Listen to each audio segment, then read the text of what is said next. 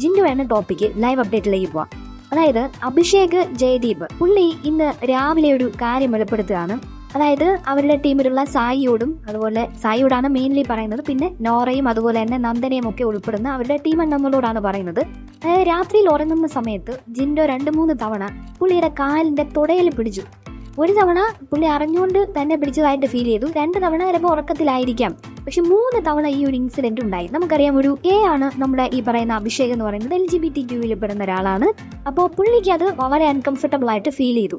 അപ്പോൾ ജിൻഡോയുടെ ഭാഗത്ത് നിന്ന് അങ്ങനെ ഒരു പ്രവൃത്തി ഉണ്ടായതായിട്ടാണ് അദ്ദേഹം പറയുന്നത്.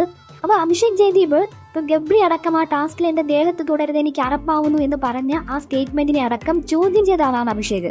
ആ അഭിഷേകിന് ഒരു മോശം അനുഭവം ഉണ്ടായെന്ന് അഭിഷേക് പറഞ്ഞാൽ അതേപടി അത് നമുക്ക് വിശ്വസിക്കേണ്ട. പക്ഷേ ജിൻഡോയുടെ മറുപടി നമ്മൾ കേൾക്കുമല്ലോ, ജിൻഡോയുടെ മറുപടിയിൽ നിന്നും എനിക്ക് മനസ്സിലായത് അങ്ങനെ ഒരു സംഭവം നടന്നിട്ടുണ്ട്. അത് അറിഞ്ഞാണെങ്കിലും അറിയാതെയാണെങ്കിലും. ചിലപ്പോ ഈ പറഞ്ഞ അടുത്ത് കിടക്കുന്ന ആളെ കെട്ടിപ്പിടിച്ചതായിരിക്കാം, എന്തു വേണമെങ്കിലും ആവും. പക്ഷെ അയാളുടെ തുടയിലാണ് പിടിച്ചത്. അത് അയാൾക്ക് ഒട്ടും കംഫർട്ടബിൾ ആയില്ല.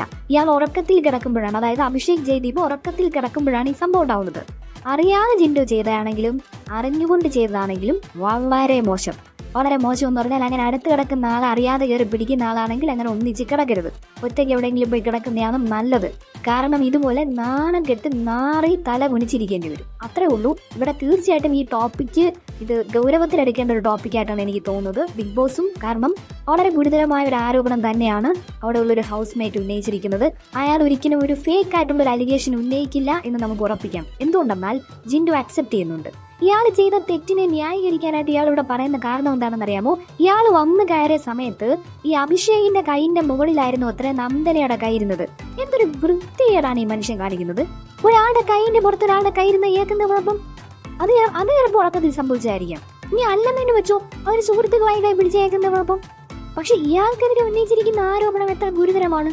വളരെ മോശമായിട്ടുള്ള ഒരു ആരോപണം. അല്ലെങ്കിൽ ഒരുത്തൻ കിടന്നുറങ്ങുമ്പോൾ അവരെ തുടയിൽ കൈ വയ്ക്കാന്ന് പറഞ്ഞു കഴിഞ്ഞാൽ ആർക്കാരും ഇഷ്ടപ്പെടുമോ?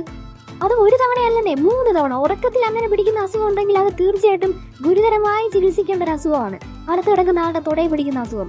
അതിനെയൊന്നും നമുക്ക് ന്യായീകരിക്കാൻ പറ്റുന്ന കാര്യമൊന്നുമില്ല. ജിൻഡോ വളരെ ചീപ്പായിട്ടുള്ള ഒരു ഗെയിം എന്നിട്ട് അവിടെ ഇറക്കി. ലാലേട്ടൻ ഇതിനെ ചോദ്യം ചെയ്തിട്ടുണ്ട്. എന്തായാലും ജിൻഡോയ്ക്ക് പണിയുറപ്പാണ്.